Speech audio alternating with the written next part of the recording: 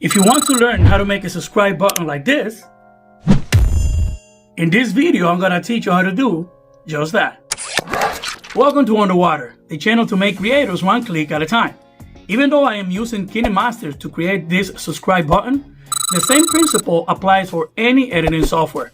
Without any further ado, let's go under. Open Kinemaster. Select the 16:9 ratio. Tap the background button. You can choose any color since you can also change it once you have it in your timeline. Simply tap on your clip, and now that it's selected, you can change it to any other color.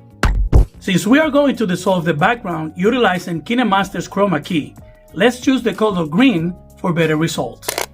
Make it at least 30 seconds longer just to have more room in your timeline. Tap on layers and select handwriting. Choose the square line and pick a color. Since we are going to be literally writing, drag your fingers across the screen to create a rectangular box. Now tap on layer. Select text. Now change the style of your text.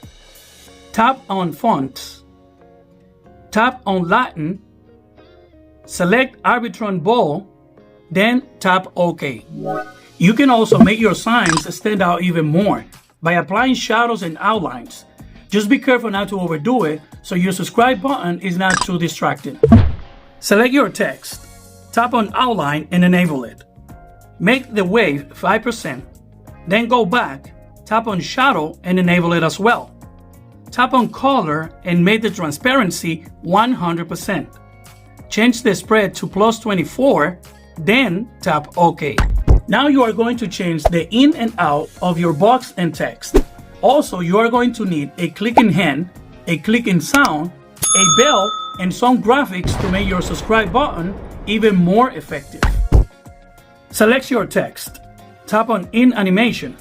You can choose any animation you prefer. I will choose this one. Same with your box. Select your clip, tap in the animation button, and select your intro, then tap OK. To add the clicking hand, tap on Layer and select Overlay. Pick a symbol, then tap OK. Now you need to make a one-frame cut on your text. Make it smaller.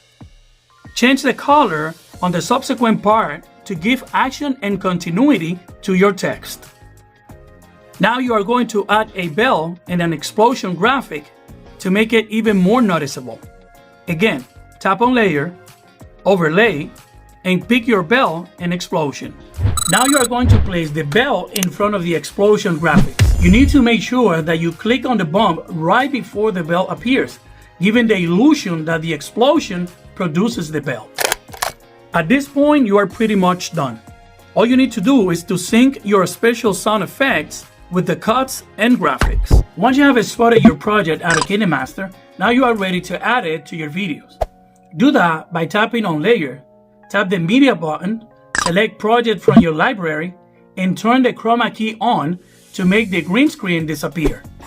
For the explosion sound effects, I use Zedge. Zedge is a ringtone notification app that you can use to collect many special sound effects for your videos.